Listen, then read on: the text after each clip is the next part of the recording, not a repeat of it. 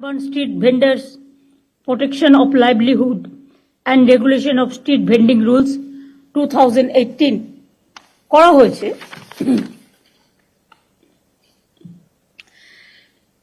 এই আইনে হকার নিয়ন্ত্রণের জন্য রাজ্যে 100 এটা হচ্ছে রুলসটা করা হয়েছে। এই আইনে হকার নিয়ন্ত্রণের জন্য রাজ্যের 128টি আরবান লোকাল বডিতে টাউন ভেন্ডিং কমিটি করা হয়েছে। জেলার লোকেরা, মিউনিসিপ্যালিটির লোকেরা শুনতে পাচ্ছেন আশা করি, ডিএম, এসপি, আইসি সহ সকলে হকারদের নাম রেজিস্ট্রেশন থেকে শুরু করে হকিং জোন, নন হকিং জোন এবং রেস্ট্রিক্টেড জোন ঠিক করা হয়েছে। ঠিক করা হকারদের পরিচয়পত্র ইস্যু করা সবই এই কমিটি দেখে। ন্যাচারাল মার্কেট, হেরিটেজ মার্কেট এসব আইডেন্টিটি করার কাজটাও ওরা করছে। করতে যে কতদিন টাইম লাগবে আমি জানি না। Why they are taking too much time. Election করে করে আমাদের 12টা বাজছে, কাজের কাজ কিছু হচ্ছে না। 1045টি ন্যাচারাল মার্কেট এবং 4087টি হেরিটেজ মার্কেট অলরেডি আইডেন্টিফাই হয়েছে। আমি আশা করব তাদের কাজটা ইমিডিয়েট কমপ্লিট করার জন্য। হকারদের আইনত বৈধতা দেওয়ার জন্য আমি একটা আইডি কার্ড করতে বলেছিলাম, বা তাদের একটা পরিচয়পত্র।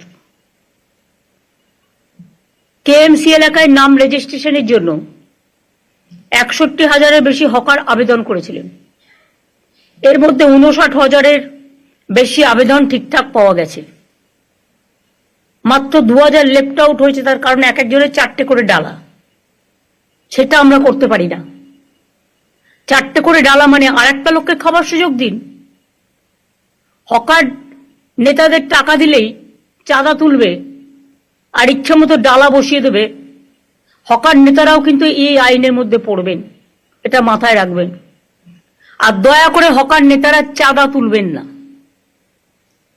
গরিব লোকেদের কাছ থেকে পুলিশ আর হকারদের চাঁদা তোলা নেতাদেরও সবাইকে বলছি বন্ধ করতে হবে।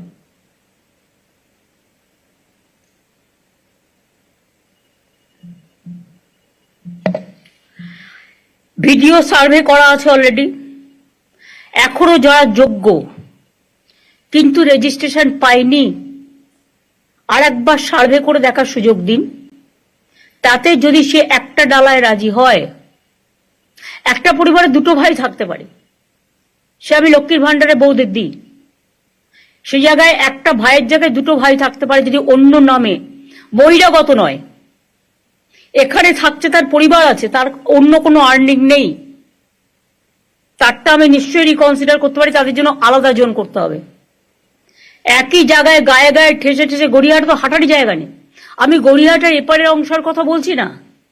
আমি গড়িয়াহাট যেটা বলেছিলাম সেটা হচ্ছে, আমি মিছিল করার দিন দেখলাম যে স্টল দেওয়া হয়েছে 4-5টা খোলা রেখে। এটা দেখতে ভালো লাগে, কিন্তু এটাও ফ্যাক্ট, বৃষ্টি আসলে তাদের পেছনের দিকটা ভিজে যাওয়ার সম্ভাবনা থাকবে। লোকে যাতে একটা সাইড দিয়ে কিনতে পারে, পেছন দিকটা আপনারা কিছু কালার স্কিম দিয়ে, নীল সাদা কালার স্কিম দিয়ে, বেশি হজবরল না করে আপনারাই কর্পোরেশন থেকে ব্যবস্থা করে প্লাস্টিক দেবেন না। প্লাস্টিকে যে কোনো সময় আগুন জ্বলে যেতে পারে। কোনো একটা কিছু করতে হবে যেটা ফায়ার ফ্রি। এটা ফায়ার ডিপার্টমেন্ট একটু মনোজ দেখে নিতে পারে। কে আছে ফায়ার ডিপার্টমেন্টে এখন? দেখে নিতে হবে ম্যাডাম, বলে। তাহলে কি হবে, ওদের আর কালো পতাকা, কালো ফ্ল্যাগ, ওই মানে কালো প্লাস্টিক গুলো লাগানোর প্রয়োজন নেই। হকার বাজারটাও মনে রাখবেন, দেখতে সুন্দর করতে হবে।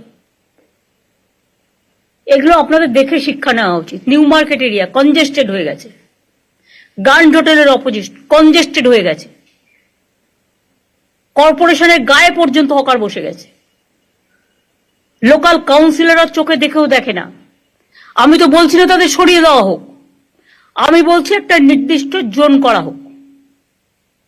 একটা দিক পুরো ফাঁকা থাকবে এবং তাদের দরকার হলে একই টাইপের স্টল করে দেওয়া হোক, যেটা স্কাই হোয়াইট, আমাদের যেটা স্কাই কালার, আমাদের স্টেটের কালার, সেই কালারে একটা মেটেরিয়ালস খোঁজ দিন, যে মেটেরিয়ালসটা ফায়ার ফ্রি এবং জল ঢুকবে না, যাতে ওদেরও জিনিসপত্র নষ্ট হতে না পারে, সেটা দেখে নিন।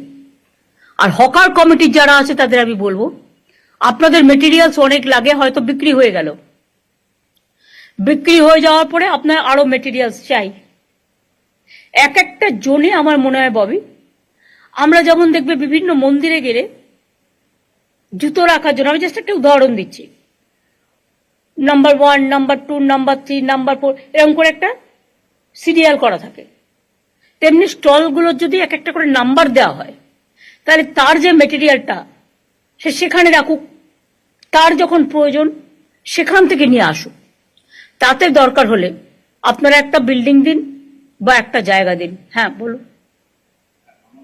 গড়িয়াহাটে যে স্টলটা তৈরি করা হয়েছে, আমি নট অনলি গড়িয়াহাট, আমি হাতিবাগান থেকে শুরু করে সবাইকে বলছি, আমি সব জায়গায় ওর তলায় স্টলটা উপরে রয়েছে, তার তলাতেই মেটেরিয়াল রাখার জন্য জায়গা করে দেওয়া হয়, তার তলাতেই। কিন্তু পার্মানেন্টলি রাত্রিবেলা রাখা যায় না, ওটাকে তারপরে তুলে নিয়ে চলে যেতে হয়, ওর তলাতেই দেওয়া হয়েছে। রাত্রিরে রাখার জন্য রোজ সে বাড়িতে তুলে নিয়ে যাবে। ধরুন কেউ থাকে বেহালায়, হকারি করছে গড়িয়াহাটে, বেহালা অত দূর সে মালটা তুলে নিয়ে যেতে পারে না। সেই জন্য আমি বলছি দাও, আমার আইডিয়াটা আমি বলছি, একটা ডেডিকেটেড বিল্ডিং দাও কাছাকাছি, সেখানে তুলে রাখবে, পরের দিন সকালে সে তুলে নিয়ে চলে আসবে। সেক্ষেত্রে দরকার হলে কিছু ভ্যান, 4-5টা ভ্যান অ্যারেঞ্জমেন্ট করে দাও, যে ভ্যানগুলোতে তুলে নিয়ে আসতে পারে। হকার্স রিহ্যাবিলিটেশন নিয়েও তো আমাদের একটা প্রজেক্ট আছে, এইটুকু খরচা আমরা করতে পারি। এইটুকু খরচা করলে মহাভারত অশুদ্ধ হবে না। একটা সিস্টেম করা, তোমাদের গড়িয়াহাটের ওদিকে, আমি বিশেষ করে ওই পাশটার কথা বলছি, যেটা আদিঢাকেশ্বরী বস্ত্রালয়ের এই পাশটা, 2 ফুট বন্ধ হয়ে গেছে। একটা সাইডে একটা চলুক, 2 চলবে না, এক সাইডে করে দেওয়া হয়েছে। তাহলে ওদের ওখানে কাছাকাছি কোনো বিল্ডিং ফ্রি আছে? দেবা ঘাড় নাড়িস না, খুঁজে বের করতে হবে। মানুষের প্রয়োজনে চোখ খুলতে হবে, চোখ বের করতে হবে। কারো চাকরি খাওয়ার অধিকার আমার নেই, কাউকে বেকার করে দেওয়ার অধিকার আমার নেই। আমার অধিকার হচ্ছে আমার স্বচ্ছতাও মেনটেন করতে হবে, তাদের লাইভলিহুডও দেখতে হবে। লক্ষ লক্ষ মানুষ কিন্তু হকারি করে খায়, এবং প্রত্যেকটা মিউনিসিপ্যালিটি একই সিস্টেমে চলবে। প্রত্যেকটা মিউনিসিপ্যালিটি একই সিস্টেমে চলবে। আর ডিএমদেরও আমি বলবো, প্রত্যেকটা সাব ডিভিশন এবং ব্লকে তাদের নিজস্ব প্রচুর জমি আছে, বিল্ডিং আছে। একটা করে বিল্ডিং, গোপালিকা এগুলো নোট করছো, বিবেক, মনোজ, পুলিশকে বলছি এটা নোট করো। প্রত্যেকটা হকার জোনের পাশে একটা করে বিল্ডিং রাখবে, যেটা প্লাস্টিক ফ্রি, এবং ফায়ার ব্রিগেডের সব মেকানিজম তাতে থাকবে।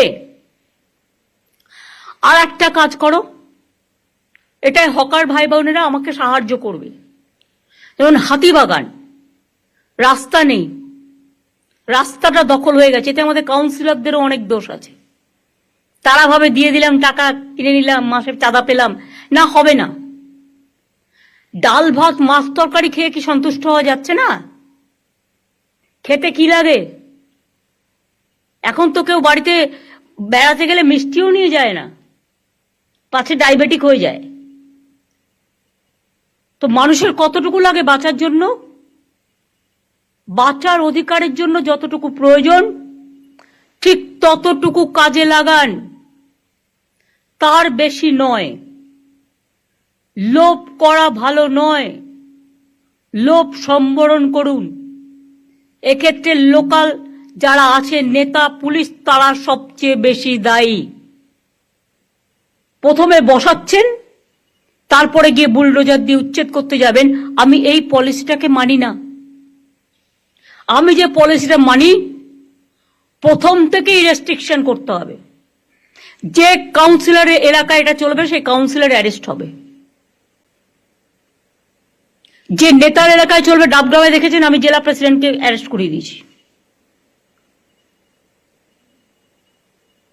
তার কারণ গভর্নমেন্টের জমি নিয়ে 2 লক্ষ 3 লক্ষ টাকায় বিক্রি করে দিলাম, ওই জমিগুলো কিন্তু মিউটেশন রেজিস্ট্রেশন পাবে না। বিবেক, প্লিজ ক্রস চেক। এবং ওখানে আরো কিছু জমি হস্তান্তর হয়েছে, এসজিডিএ থেকে পুরো লিস্ট নাও, গত 7 বছরে কি কি জমি হস্তান্তর হয়েছে, তার মধ্যে কতটা রিয়েলি আইনত, কতটা রিয়েলি আইনত নয়। আমাকে মলয় কালকে বলছিল কোন একটা পলিটিক্যাল পার্টি একটা পুকুর ভরাট করে 3 তলা বাড়ি করে নিয়েছে, বারবার পুলিশকে কমপ্লেন দেওয়া সত্ত্বেও, আসানসোল কমপ্লেন দেওয়া সত্ত্বেও তারা কিছু করেনি, কারণ বাড়িটা আরএসএস এর। তুমি যদি তৃণমূলের বাড়ি ভাঙতে পারো, তা তুমি তাহলে আরএসএস এর বাড়ি কেন ভাঙবে না? আর পুকুর ভরাট করে করেছে। ল্যান্ড রেকর্ডে কি আছে দেখে নাও। ল্যান্ড রেকর্ডে যদি পুকুর থাকে, ল্যান্ড রেকর্ডে যদি জলাশয় জমি থাকে, তাহলে সেই পুকুর ভরাট করলো কি করে? কি করে করলো? বিক্রমগড়ে আমি প্রায় শুনতে পাই এই দখল করতে যাচ্ছে, এই দখল করতে যাচ্ছে। এটা কি মানে এই হয়ে গেছে নাকি? ছেলের হাতের মোয়া হয়ে গেছে নাকি? আর আমি একা বক করবো? প্রত্যেকটা পুলিশকে, রাজীব যখন সিপি ছিল তখন একটা ভিডিও আমরা করেছিলাম যে এর বাইরে আর বাড়বেন না। আমি বলছি যেখানে সত্যি ওরা বসতে পারে, ফাঁকা জায়গা আছে, ইরিগেশনের ক্যানেলের ওপরে নয়, তাতে কিন্তু জলটা ক্লিয়ার হচ্ছে না। তাদের দরকার হলে শিফট করতে হবে, বুঝিয়ে বাজিয়ে, মারপিট করে নয়, বুলডোজার দিয়ে নয়। তাদের কাছে গিয়ে বোঝাতে হবে, দেখুন দাদা, এটা করলে ফ্লাড হয়ে যাবে, বন্যা হয়ে যাবে, আপনি একটা অল্টারনেটিভ জায়গা তাকে দেখে দিন না। ওয়েবেলের সামনে আর এনকেডি এর সামনে আর রাজারহাটে এত বিউটিফিকেশন করে দিলাম, লক্ষ লক্ষ লোক আসছে। হ্যাঁ, নিশ্চয়ই আইটির ছেলে মেয়েরা খাবার দাবারের জন্য যাবে সেখানে। একটা অন্য জোন করে দিন, রাস্তার একদম অপোজিটে কেন? Is it looking good? না, এটা গুড দেখাচ্ছে না, এটা অত্যন্ত খারাপ দেখাচ্ছে। অফিস পাড়ায় দখলে মা ক্যান্টিন করে দিন না। মা ক্যান্টিন ভেন্ডারে বিক্রি করবে, চলে যাবে, বাদবাকি লোকেদের যেটা খাবার ইচ্ছে তাদের জন্য একটু দূরে পরিষ্কার জোন করে দিন। নিজেকে সার্ভে করতে হবে, চোখ দিয়ে দেখতে হবে। পুলিশ, আরবান ডিপার্টমেন্টের সেক্রেটারি বিরত 4 মাস কাজ করতে করতে করেনি বলে সব কাজ ভুলে গেছে। ইলেকশন কমিশনে গেলে তখন তো মনে পড়ে ইলেকশন কমিশনটাই তাদের সব, রাজ্য বলে কিছু নেই, পিতৃমাতৃহীন হয়ে যায়। পরিষ্কার আমি দায়িত্ব দিচ্ছি।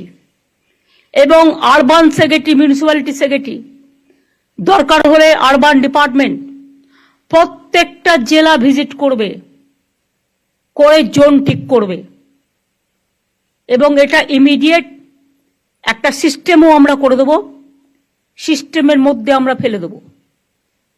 এখন যারা ইদানিং চিড়িয়াখানার পাশে বসছিল তারা ফুটপাথটাও দখল করে নিয়েছে, প্লাস রাস্তার মধ্যে বসছিল। এতে কি হয় প্রবলেমটা আমি বলছি, গাড়ি চলাচল করতে পারছে না, অ্যাক্সিডেন্ট হয়ে যাবে, যার জন্য ফুট ওভার ব্রিজ করে দেওয়া হয়েছে। কিন্তু ওটা করতে গেলে লক্ষ লক্ষ লোক আসে চিড়িয়াখানায়, আমাকে তো সেফটি অ্যান্ড সিকিউরিটিটাও দেখতে হবে। সবাই যে জেনুইন লোক আপনি কি করে জানলেন? এই তো দেখলেন কিছুদিন আগে বাংলাদেশের একজন এমপি কিভাবে তাকে নিয়ে এসে খুন করলো প্ল্যান করে, খড়গপুরে গুলি চালিয়ে দিয়ে চলে গেল। পুলিশও আমি চেঞ্জ করতে পারছি না, কারণ বছরে প্রতিদিনই প্রায় ইলেকশন, সিস্টেমটাকেই ব্রেক করে দিচ্ছে। আর সরকারি জমি দখল করে বাড়ি করছে, যখনই আমরা টেক ওভার করছি চলে যাচ্ছে কোর্টে, একটা অর্ডার নিয়ে চলে আসছে, আর আমাদের পুরো প্ল্যানিংটাই নষ্ট হয়ে যাচ্ছে। কোর্টকে বোঝাতে হবে ভালো করে। আমার মনে হয় এক্ষেত্রে আমরা ব্যর্থ বোঝাতে। মলয়কে আমি বলবো এ ব্যাপারে একটা দরকার হলে সিজের সাথে একটা মিটিং করতে হবে, সেখানে বার কাউন্সিল, বার অ্যাসোসিয়েশনকে ইনভলভ করেও, চন্দ্রিমাকে, ববিকে, অরূপকে ইনভলভ করে কাজটা করতে হবে, এবং সাথে মেয়র, ডেপুটি মেয়র দুজনেই যাবে। ফায়ার ব্রিগেডকে দেখতে হবে সার্ভে করে কোন জায়গাটা ভালনারেবল, কোন জায়গাটা ভালনারেবল নয়। আপনারা তো এই এলাকাগুলো দেখছেন, বড় বাজার একবার তাকিয়ে দেখেছেন? এই যে বাগরি মার্কেট টার্কেটে বারবার আগুন লাগে, অনেক বাড়ি আছে পুরনো বাড়ি, যে কোনো মুহূর্তে ভেঙে পড়তে পারে। আপনারা বারবার নোটিশ দিয়েছেন যে আপনারা বাড়িটা রেনোভেশন করুন বা রিপেয়ার করুন।